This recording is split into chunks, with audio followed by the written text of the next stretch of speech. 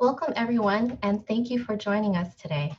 My name is Dr. Lillian Au, and I'm a naturopathic doctor, and I lead the Integrative Pediatric Care Services for our children and families at the Susan Samueli Integrative Health Institute. We first want to say that although we are disappointed we weren't able to host Women's Wellness Day in person this year, we are so excited to bring you some well-being sessions virtually. Thank you for joining us. Before we start, I want to review a few Zoom tips for the session. Please note we are recording this session. You want to clear all distractions, clear off your desk, close the door, and close any other applications on your device. And with whatever helps you become less distracted and more mindful in your space. We would love to see all your smiling faces, so if you're comfortable starting your video, please click Start Video on the bottom of your screen. Everyone will remain on mute. To communicate with the host, please take advantage of the chat feature by clicking on the chat button on the bottom of your screen. We'll be holding a Q&A session at the end of the presentation with our Director of Development, Alex Anderson. Please be sure to send Alex your questions in the chat box. As many of you are aware, one of the main focal areas for the UCI Susan Samueli Integrative Health Institute is clinical care. Our main clinic is located on Bristol Street in Costa Mesa. We also have satellite clinics in Yorba Linda and at Pacific Breast Care Center in Newport Beach. All of the clinics offer evidence-based care from integrative, naturopathic, and osteopathic doctors, nurse practitioners, massage therapists, acupuncturists, and nutritionists. Appointments can now be performed via telemedicine for your convenience from home. Please call the Costa Mesa Clinic at 714-424-9001 to schedule an appointment.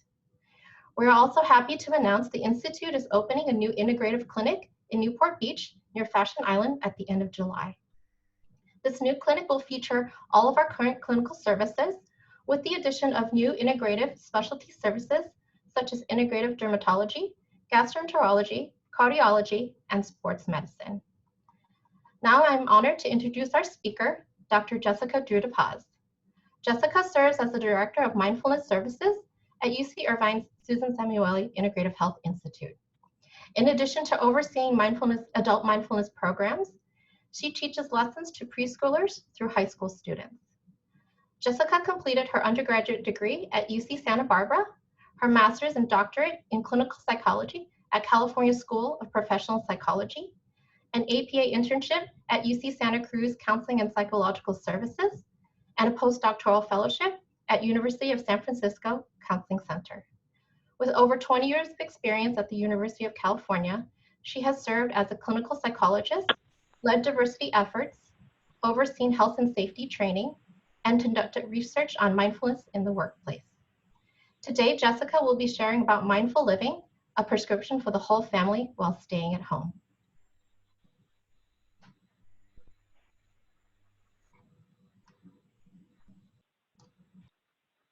Great. Hi, can everyone hear me?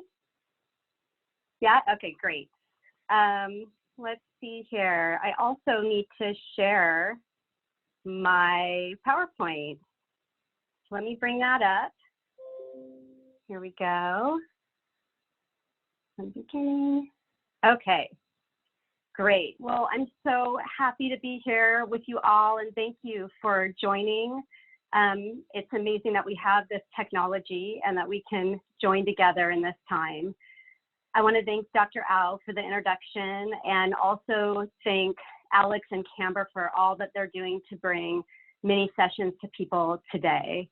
I know they've been working very hard and I'm deeply appreciative. And as Dr. Au shared, this is really about mindfulness for the whole family. I mean, it can be for one person, it can be for kids, it can be for the grandparents or whoever is in your household right now. We offer many programs for adults, but as Dr. Au mentioned, I teach kids and we bring mindfulness into our home a lot because it helps us with many things. And so I'll sort of be weaving in different stories about possibly how to do it, but it's really just, you know, we'll be going over some simple exercises today that one person can do or people can do together. Some of you may already know these, but for those of you who are new, welcome to mindfulness. Okay, great. But I wanted to start with a question. I wanted to ask, how are you? Truly. I know so often, we say just fine, and maybe you're fine, and if you are, that's great. But we have a little poll up here, so feel free to answer, and it's anonymous, but as you can see, it's already calculating and showing sort of the pulse of how we are all doing. I wanted to have it be like an open-ended question, but this software doesn't let me do that. So this is the best we could get. So it looks like, according to what's coming in right now, that, some of us are feeling fabulous. 43%, 46% fine, 42% a little down, and 8% struggling. Great, thank you, Camber, for bringing that poll up. Great.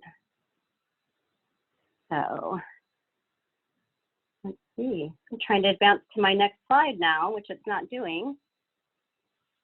We didn't test this part in our testing. So I think what I'll do, try one more time. I'm going to exit here, exit my power. I'm going to say stop share for a second. Sorry about this. Bear with me. Stop share, and now I'm going to share again. Okay. Here we go.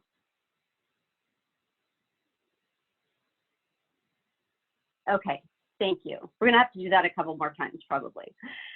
So I'm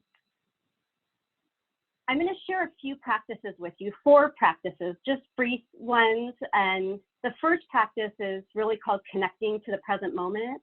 And for those of you who have taken some of our classes and our MBSR or our Mindful Self-Compassion, you've probably experienced this. Over a decade ago, I was in one of those classes in MBSR, and I learned this exercise. And my son, who was 4 at the time, he was really struggling with something. He had had a bad dream. He didn't want to go to sleep at night. He was scared. He was scared he was going to have another bad dream. So I used all my sort of psychology tricks on him. None of which, by the way, were working. I validated his feelings. It's okay to be scared. We all get scared. I processed his dream with him. We talked about his dream a lot. Nothing was helping him for, I would say, a couple months. He was afraid to go to sleep at night. And I happened to be in this mindfulness class at that time. And one day I just asked him if he wanted to try something new, mindfulness. And he said, sure.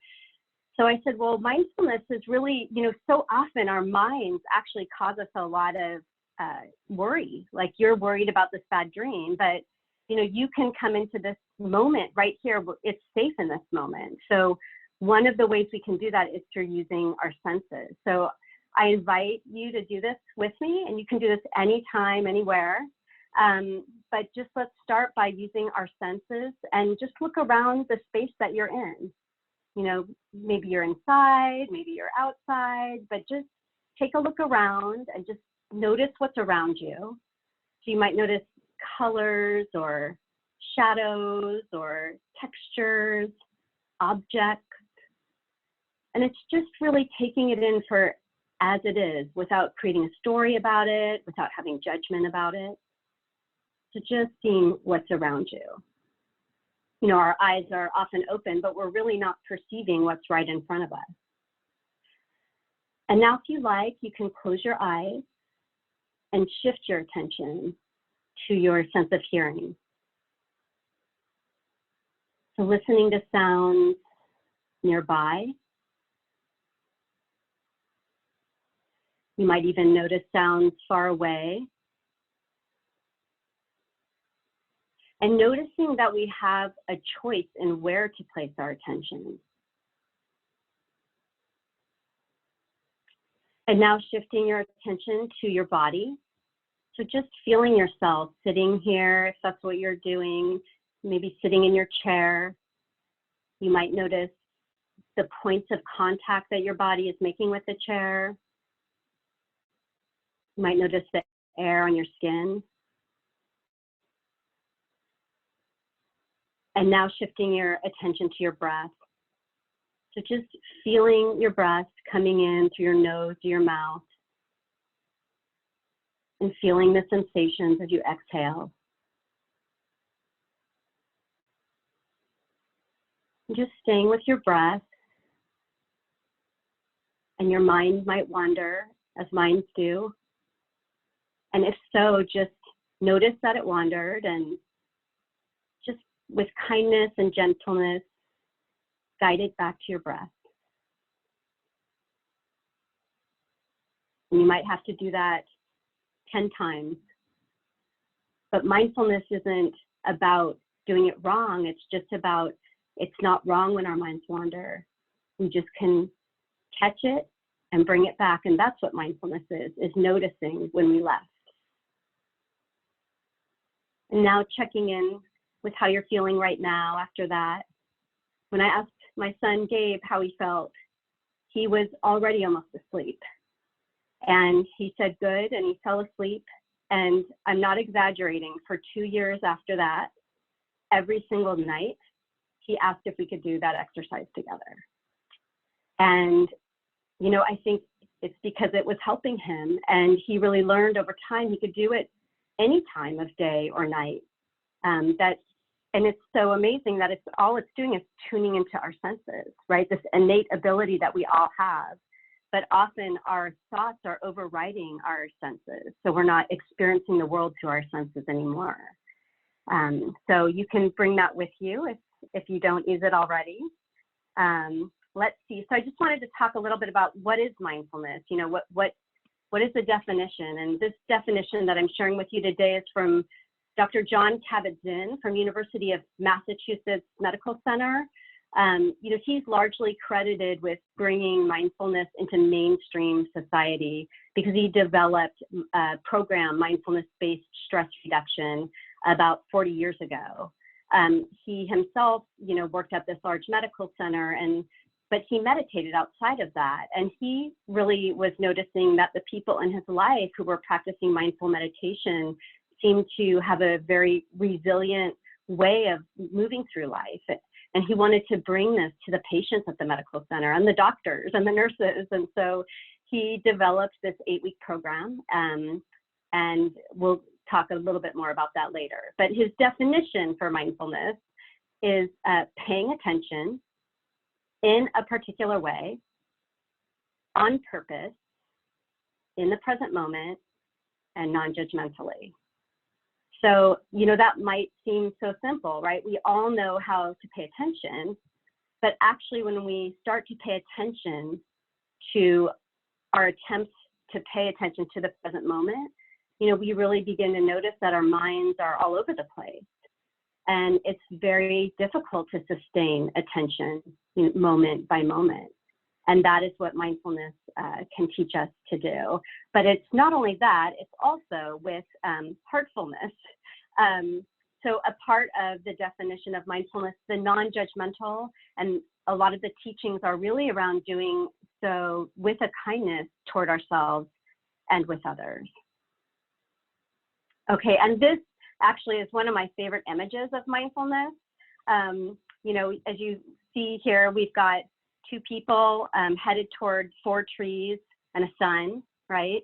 They're in the same exact place, but having a very different experience because the one on the left, just their mind is full of so much, so many thoughts, maybe the laundry, right? Feeling sad, you know, all the things to do. I spent most of my life there, by the way. You might think I'm the director of mindfulness and therefore I'm super zen, but actually I think I got into this because it's my best medicine because I've spent so much of my life in that place. And then, you know, we've got the person on the right who really sees the 4 trees and the sun. You know, if there's birds chirping, they probably hear them, maybe feel the warmth of the sun on their skin. So, you know, same exact place, 2 people having a very different experience of life. And we've also got the mindful or mindful. And, you know, when we spend our time in this place where our minds are just full of these thoughts, I mean, sometimes our thoughts are serving us, right? But sometimes they're actually causing us a lot of distress. And so that's actually my next question to you is, do your thoughts typically serve you?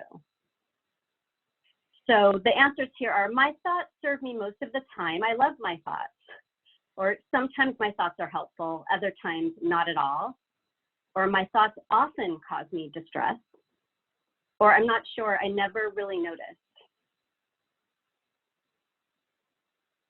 Great. And by the way, before I learned mindfulness, I would say I really didn't notice. I just, wherever my thoughts went, I just followed them. I didn't actually realize I had any ability to, I didn't think about that I could control them. I just jumped on whatever thought train came my way, and there I went.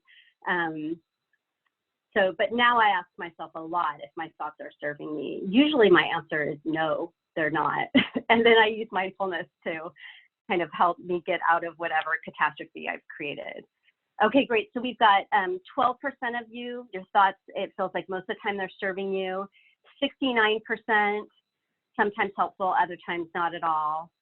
14% causing distress, and 6% never really noticed. Okay, great. So I'm gonna end the polling here. Let's see. And I'm gonna guess we're gonna get stuck again, and we did. So, but I have such a kind and wonderful group that is just patient with me. So thank you for being patient with me while I relaunch it. Don't worry, it's only gonna be one more time. Oops. Okay. There we go. Okay, so mind wandering and where our minds go to. And I wanted to share a little bit of research that has been happening on this, but I love this research. It's actually happening at Harvard. And they had this hypothesis that mind wandering had something to do with our happiness. And to track this, they actually developed an app, and it's called the Track Your Happiness app. So thousands of people around the world are in this app where they get pinged at various times of the day and asked 3 questions. The first question is, what are you doing right now? You know, what is your task at hand? And the next question is, how happy are you? You know, on a scale of like 1 to 10. The third question is your mind on your task at hand, or did your mind wander? And when people write that their mind wandered, it asks a follow-up. It says, did it go to someplace pleasant or unpleasant or neutral? So what this research actually is finding, they have a lot of data, and what they're finding is that our minds wander almost 50% of the time. You know, meaning we're not where our body is, right? We're somewhere else. We've left the room.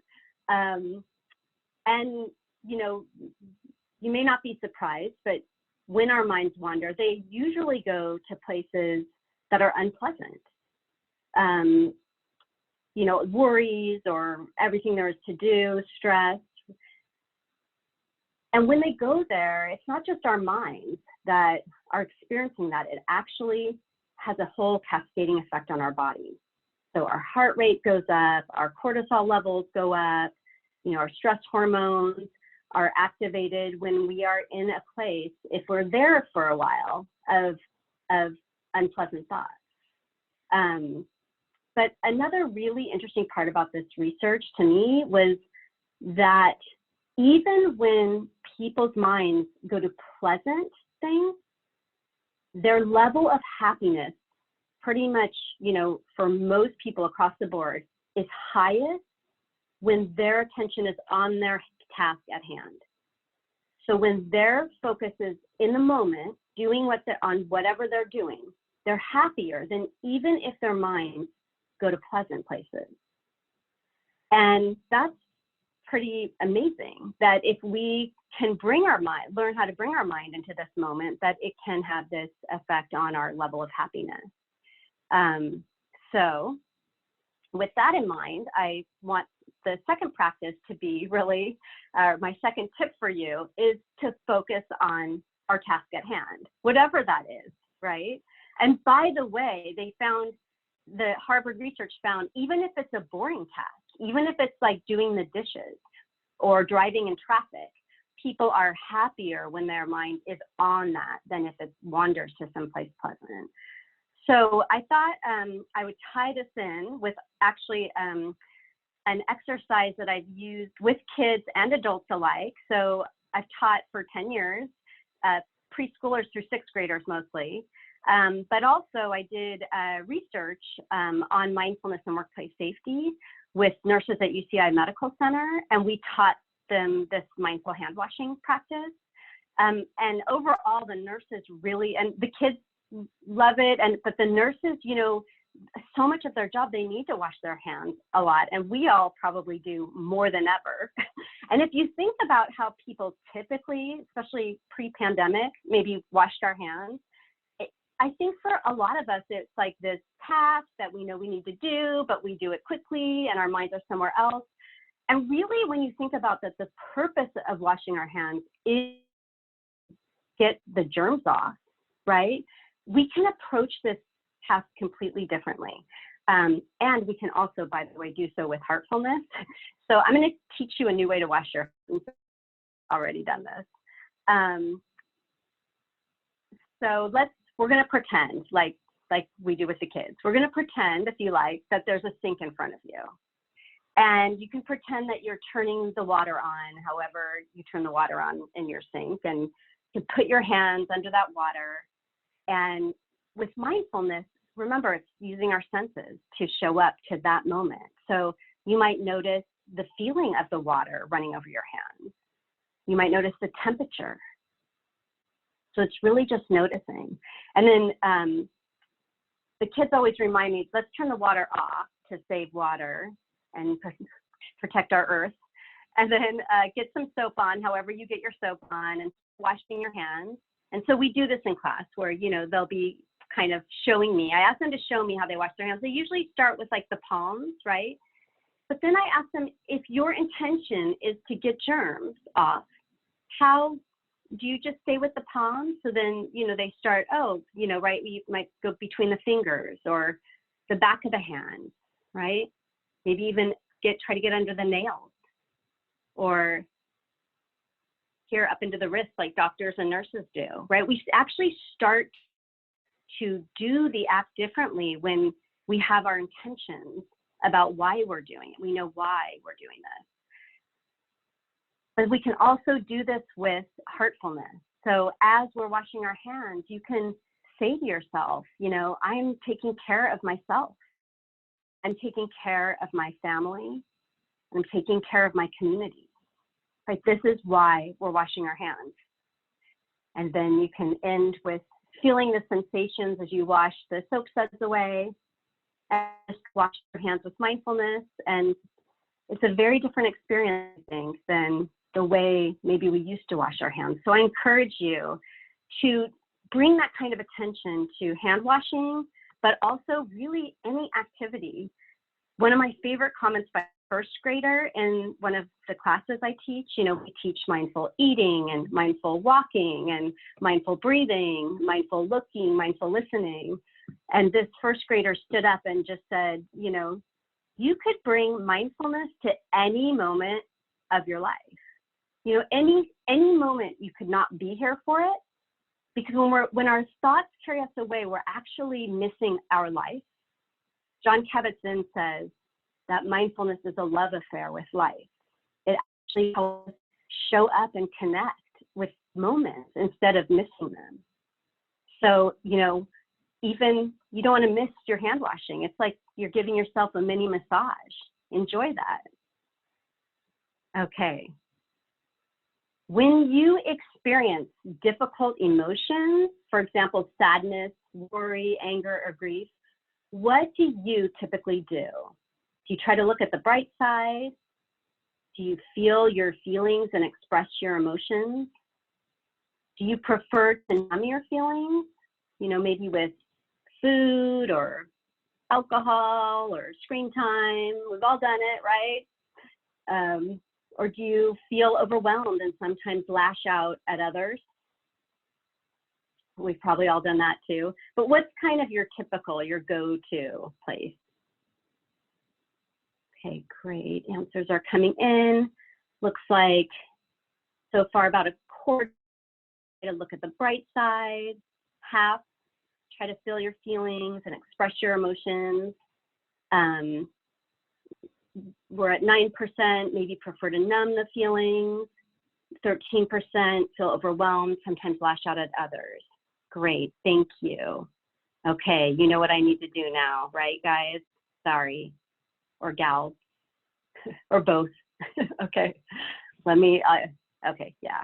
I tried to advance the slide just to see if it was gonna let me, but it's not. Okay, here we go. That was the last time. Okay, so we're gonna, I'm gonna get into another exercise, but before I do, I think something for me that mindfulness really does for me is a big message in it is about and I didn't have this, like, it was kind of a trick question. I didn't really have the real answer on that multiple choice. My answer, you know, we all have different answers for life, but to me, feeling our feelings, but also looking at the bright side, kind of both of those, some combination, right? I'm sure we've all heard, like, are you a glasses half empty person? Are you glasses half full person? You know, I think for me, mindfulness is actually like the glass is empty and full. And when I try personally to go to the fullness, to always be on the bright side, and by the way, we're going to get to the bright side. That's the fourth practice. So don't worry, we'll get there. But when I try to go there and I skip over the dark side, for me, it actually doesn't feel good. Like, it starts to feel like I'm ignoring a very critical part of myself, or a very true part of my experience. So something I just really love about mindfulness is I think it's really about showing up for whatever is there. So I want to actually, sorry, while I'm looking at a different screen, take you through an exercise. This is by Dr. Kristen Neff, is a leading researcher in self-compassion, and she developed this exercise called the self-compassion break. And actually her research is really looking at so many exciting things, but one of the things she's been looking at is like even mammals and how they take care of others when others are suffering or needing something, you know. I mean, how does one take care of a child who's suffering, right? Sometimes it's, one of the ways is actually through touch, through, you know, holding a baby, or putting our hand on a friend or on someone, on a child, on our partner, letting them know we're here for you. And what Kristen Neff is looking at is that we can actually do this also for ourselves. You know, sometimes it's great to receive it from other people, but sometimes we need compassion and no one's there to give it to us, right? But we are there to give it to us. And it's a really important skill for us to develop. And so, you know, one of the, like, offering touch to ourselves, and that might be in different places for us. I mean, some people, it might be touching their cheeks, or, you know, maybe your shoulders, and you can experiment if you're like, maybe your belly or eyes. And for me, I like to put my hands on my chest. And the more I've experimented with this, something I've discovered is actually it feels better when my hand is not on my shirt, but actually like on my skin, which I think is interesting because when babies are born, right, they oftentimes, new moms are told like to do skin to skin with their baby. And I think we can literally do skin to skin with ourselves. Like, you can put your hand on your chest and it lowers your cortisol levels.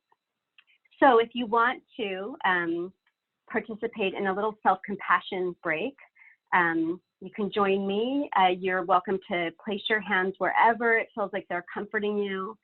I invite you to close your eyes or just keep them slightly open if you like. And you know, when you're feeling a difficult emotion, the self-compassion break has 3 steps to it. And the first is to acknowledge this is a moment of suffering. This is a moment of suffering. You might also say other words, whatever feels right to you, like this hurts, you know, or this is stress. So really acknowledging what's happening. And the second step is to acknowledge that suffering is a part of life. And it's not to minimize that. It's really more to join in the kind of universality of suffering, and especially in a time like this, like right now, that the world is suffering right now. And, you know, we may be too. We may be too, along with the world. We are all suffering. So you might want to say words like people all over the world, you know, are suffering. I'm not alone. We are all struggling. And we can feel more in connection with each other. And the final step is really to say, you know, may I be kind to myself. You know, may I be patient with myself. May I know that I'm doing my very best right now.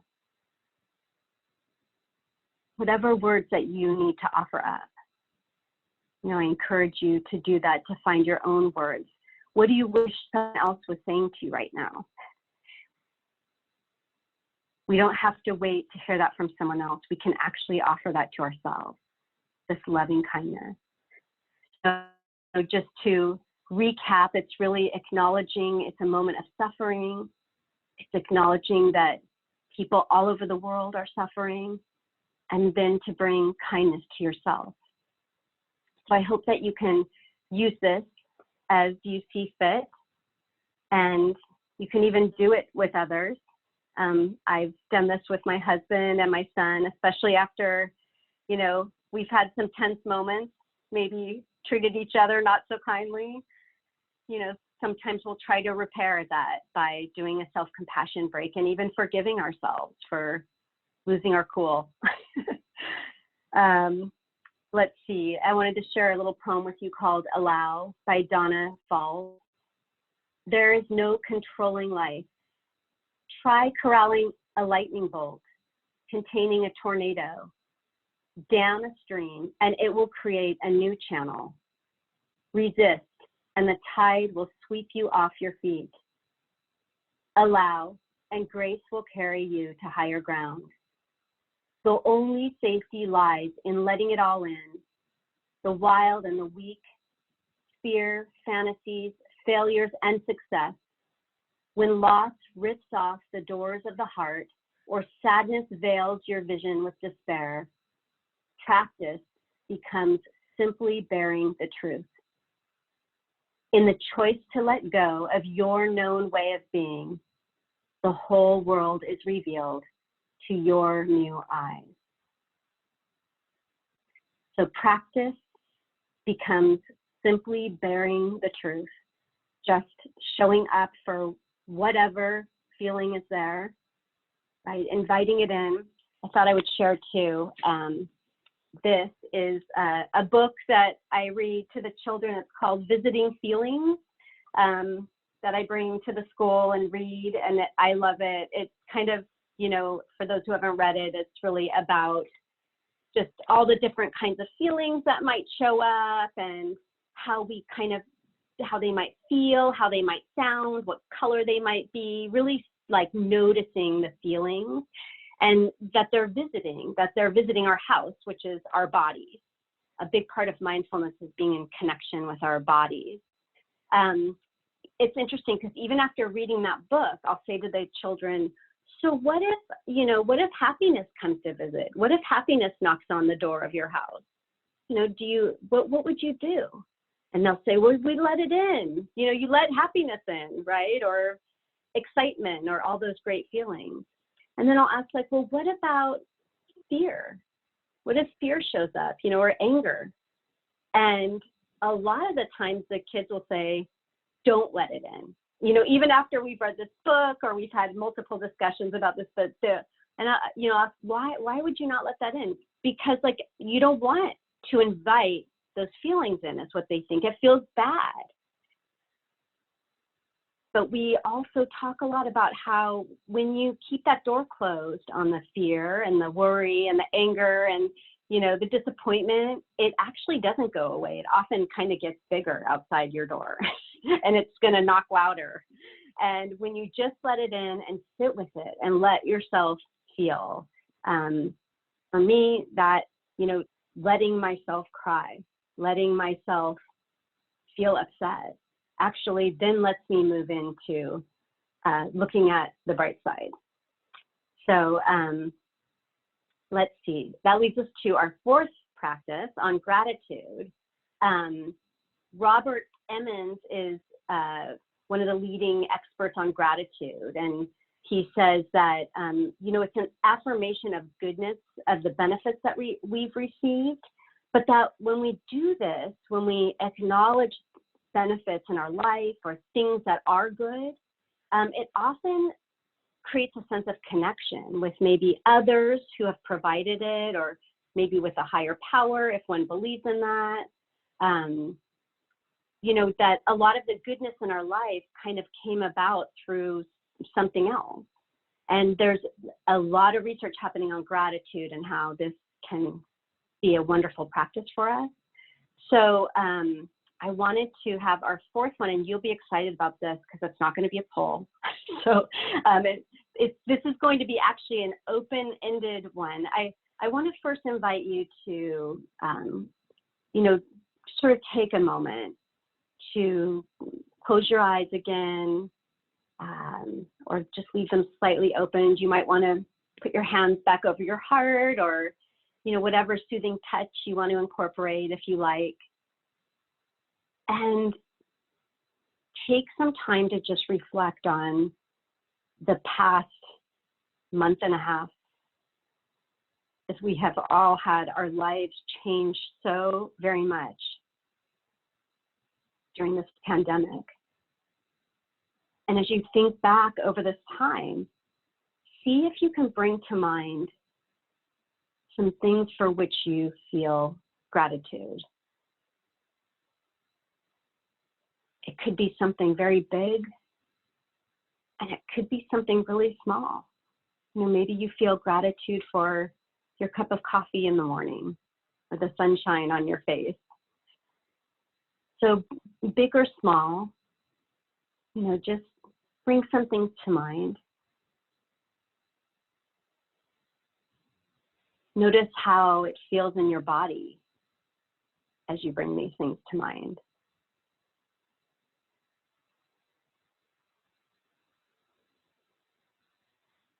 And now, if you like, Camber has opened up the chat to chat publicly, but if you want to write in there, and hopefully these will show up as you do, feel free to plug into the chat, and it will be shared with everyone, what you feel grateful for.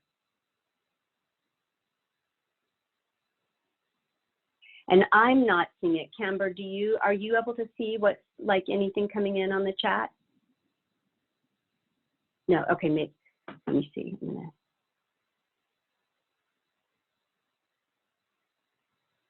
Okay, it's coming in. It's,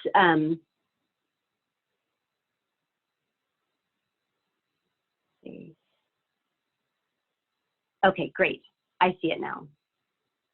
All right, let me read a few here. I'm grateful for my health. I'm grateful for all this extra time with my fiance. And the health of my family and coworkers. I'm grateful for the support from my family and friends. Being alive, regular walks with my daughter. I'm grateful for my husband's patience. The premiere of the convocation ceremony video will take place Monday at 9 a.m. and will last 45 minutes, this moment today, and a moment of peace. I'm grateful for my time with my kid. I'm grateful for being able to walk outdoors. Great. Wonderful. That we can find gratitude in the midst of a difficult time. And, you know, I encourage you to continue to, this can be a daily practice for people where we really, writing about gratitude can be very powerful. There's, you know, you can look into the research on these kinds of practices. They don't only change maybe our experience, our feelings in that moment, but they change our brain and our cortisol levels. And actually, the lead researcher on gratitude says that it is showing that it strengthens our immune system too, amongst many other benefits. So I encourage you all to make this a regular part of your days. Great. Oh, and guess what? Yep. Even that means I gotta stop sharing. Sorry. I thought it wouldn't do that since it was a chat, but last time. Okay. Here we go. Okay. Great. So the final pieces that I wanted to share are really about some of the resources at the Susan Samueli Integrative Health Institute around mindfulness that we offer. We do 8-week mindfulness-based stress reduction classes, often referred to as MBSR. Yeah, right now, actually, a little over a month ago, Dr. Malik, our director, wanted to offer 2 for free to the community. And we put a flyer out and had hundreds of responses within a couple days. And then we doubled those offerings and then doubled them again. We actually are currently, they're all full, they're all running right now. There's 8 free MBSR classes happening right now, where people are learning meditation and stress reduction, and it's amazing and beautiful to witness this process that's happening. But we offer MBSR throughout the year, so if you haven't taken a class, please come and join us. Another just beautiful offering is Mindful Self-Compassion, which is also an 8-week program. I had the pleasure of taking this last year, and it was incredible. And I'm actually, not only did I love it when I went through it, I have to say, I feel like I keep turning to these exercises now that I learned in that class during this time. So this is where I learned the mindful mindful self-compassion break. And there's many exercises like that. There are, I mean, so many that you can just take with you throughout your days and use to lift you up. Mindfulness-based relapse prevention is a new program that we have. It's a 6-week program, and it's for people who are in recovery. So we're super excited to be offering this. We do mindful parenting workshops. These are often on a Sunday, and they're about 2.5 hours, run by 2 therapists, and they're very well attended. People love these workshops. We have a new program, a new teen program coming called Making Friends with Yourself. And it's basically the mindful self-compassion class, but it's offered to teens. So it's, you know, the curriculum is just adapted a bit. And that actually, we are just bringing someone on to teach that, and we're hoping and planning to have an offering of that this summer online. So keep your eyes open. And the final thing I wanted to share is that we are doing free daily live stream meditations right now, Monday through Friday, a 20-minute live stream meditation, and a link to this will be in your, Camber will send out a follow-up, like with the 5 key takeaways from this talk. And there will be a link to these live stream meditations that you can join us, you can share with anyone. It's Monday, Wednesday, and Friday at noon, and then Tuesday and Thursday at 5 o'clock. And it's been a really special place to connect this past month, and we'll be doing it through the end of June. So that's a gift to the community and a gift to us, because I love logging in every day and taking part. It's been really amazing. And by the way, and I might get teary saying this, but I just got an email from a nurse at UCI Medical Center saying, we want to ask if the COVID-19 patients can join the meditations. And so they're going to be setting up these laptops for them to also, for patients to be able to join, which just touches me so deeply, because so much about, you know, a big practice with mindfulness is really, is also using our breath to ground ourselves. And at this time where, you know, I'm thinking about these patients who may be struggling with that right now, and that they would want to show up to come through this experience that's going to bring them more into the present moment. It's just so amazing. So also, final slide, a little summary for you all. You know, mindful living, a prescription for the whole family. So here's my prescription to take frequently, refill as needed. Just a recap, you know, to connect to the present moment, you know, via your senses, your body, and your breath. These things are always available to us. Any moment of the day, we can connect through to the moment through these. The second is to focus on your task at hand, such as mindful hand washing. I like to joke about, I'm big into monotasking, you know, not multitasking. I think we live in a society that really values and emphasizes multitasking and how wonderful that is. There's a lot of research happening on that. Actually, multitasking, we cannot multitask. Like, we can literally only focus on one thing at a time.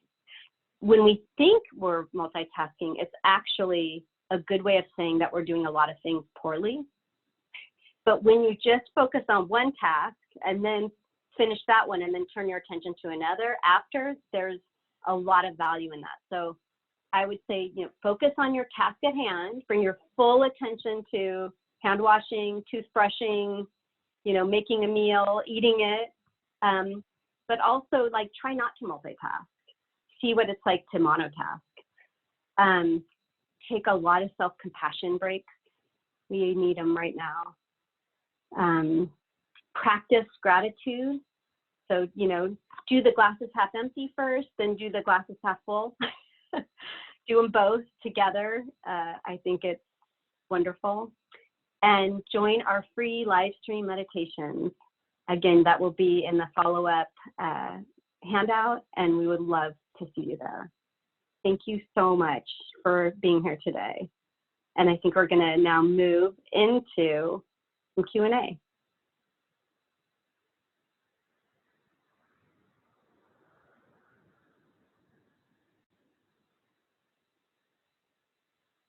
Let me stop share. Should I leave that up, Camber?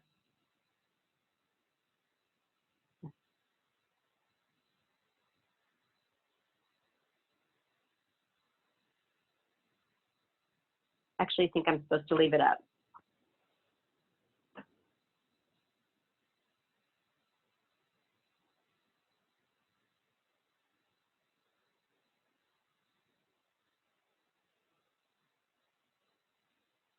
I think Alex is going to lead the Q&A. Is that right? Camber, I can see you. Do you?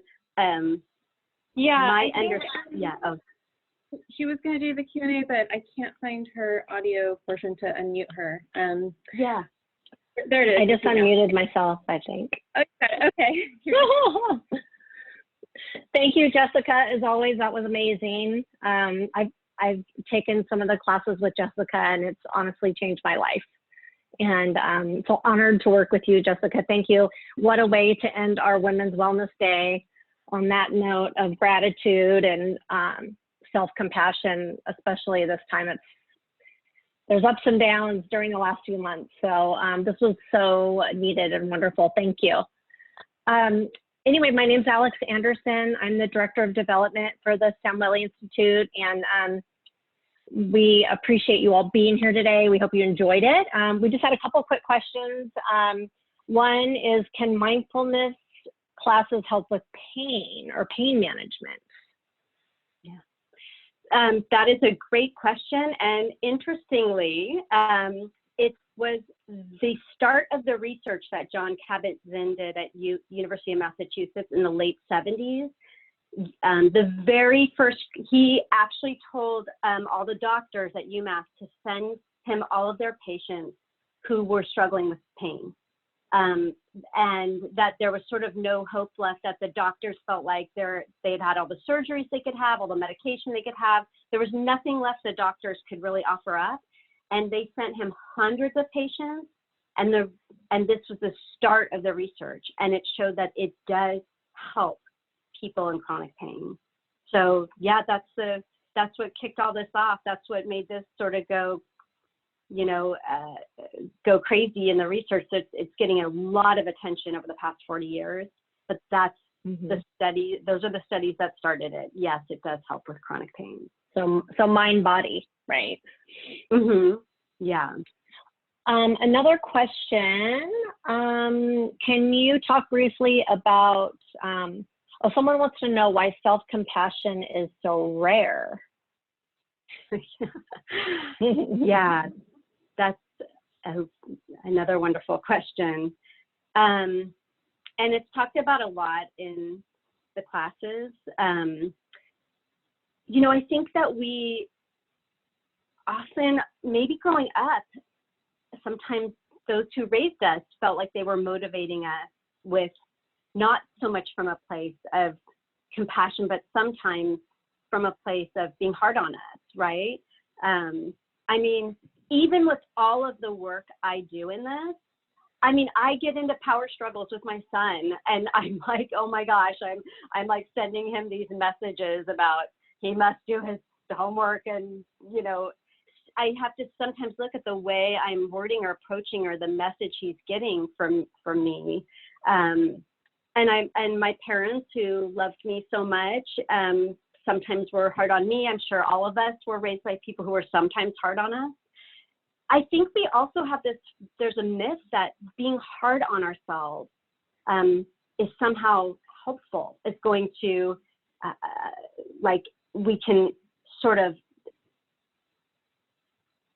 with our unkind words, talk ourselves into doing that thing that we want to do. But that's not actually what brings about the best kind of change. This is what the research is looking at, that when we can try to motivate ourselves with kindness and compassion, it's much healthier for us. And these skills aren't taught usually. I mean, they are now, but they for so long weren't.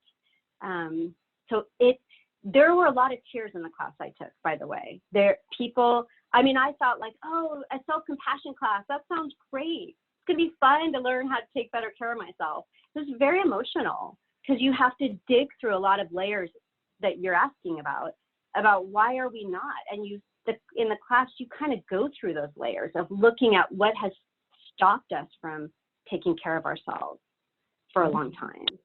Right. Thank you. Yeah. Someone had asked, can you name some of the apps that you mentioned before? Can you name some of those again? Oh, some of the apps? I mentioned the Track Your Happiness app. Oh, Track Your Happiness, okay. Track Your Happiness. So that's the kind of research study out of Harvard.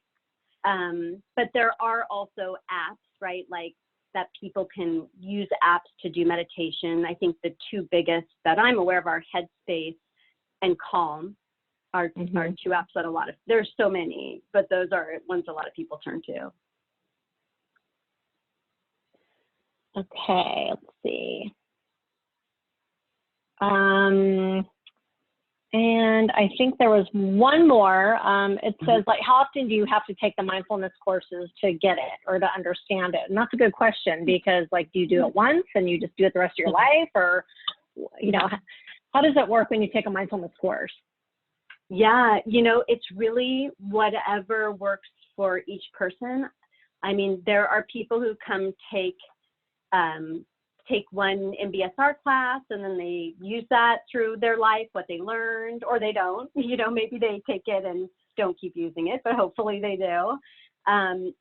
There are people who return class after class, right? They just show up for the same curriculum.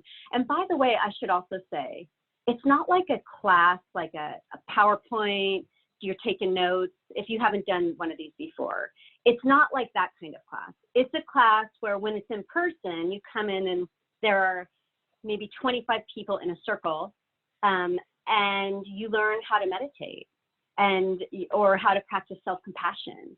And you do it together as a group. And there's time where you process, you know, how was that? And how is it also not just like only saying, oh, it's great, that felt great, but sometimes it's like, this is hard, or I'm struggling with making time to practice, so it's a place where people share also how it's impacting their lives. So people come to the classes and will say, wow, I'm doing this and here's what's happening for me at work.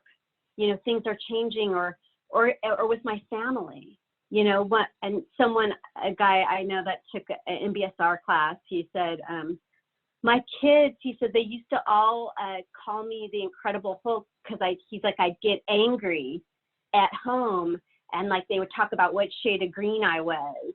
And he said, but now that I take the NBSR class, they're like, what happened? Where's the Hulk? Like, what? That's just, they were excited though, but he was not.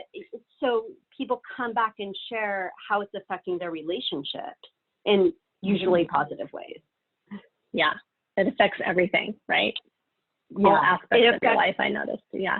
Right, exactly, because it is about every moment of your life. People might think meditation is, oh, this time you step aside and sit and think about your breath, and then why do you do that? Why would one do that, right? But you do that. You do that because you're learning to show up for your life, and when you show up for your life, then everything's different. Right. Thank you, Jessica. Thanks for showing up today. This was my amazing. pleasure. Thanks for having me. So good. Thank you so much. We're so lucky to have Jessica on our team at the Samueli.institute.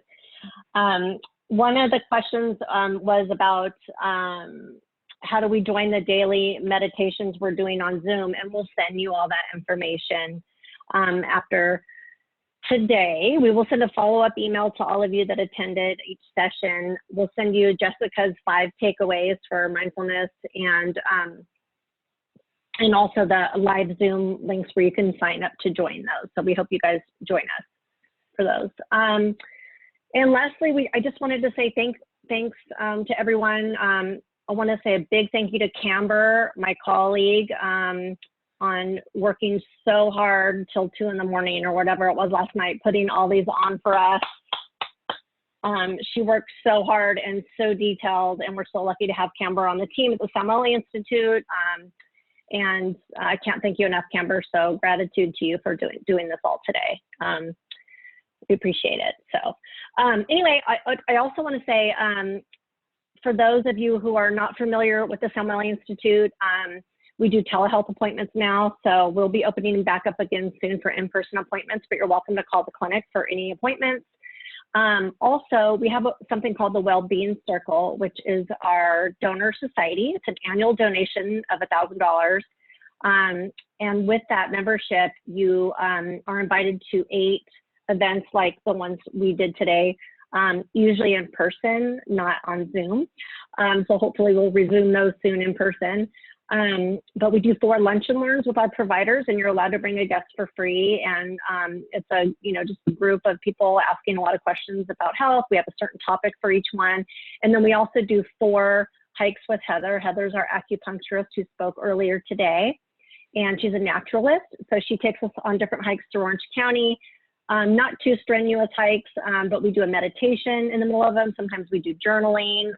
She makes a healthy snack for us. So it's just a really great way to have a deeper engagement with all of us at the Institute and our providers, and learn more about integrative health, and just a wonderful group of people. So we'll send you information on that if you're interested in joining. And for May, we're offering it for $800. Usually we offer it at a little bit of a discount during Women's Wellness Day. So we're continuing to do that. So again, I just want to say thank you to everybody. This is our last session of the day, and I hope you enjoyed these. We welcome your feedback, so please send us an email to our SSIHI events email if you have any suggestions or feedback. We'd love to hear from you. And thank you so much for being with us today, and we hope you have a beautiful weekend. Thank you. Bye, Jessica. Thank you.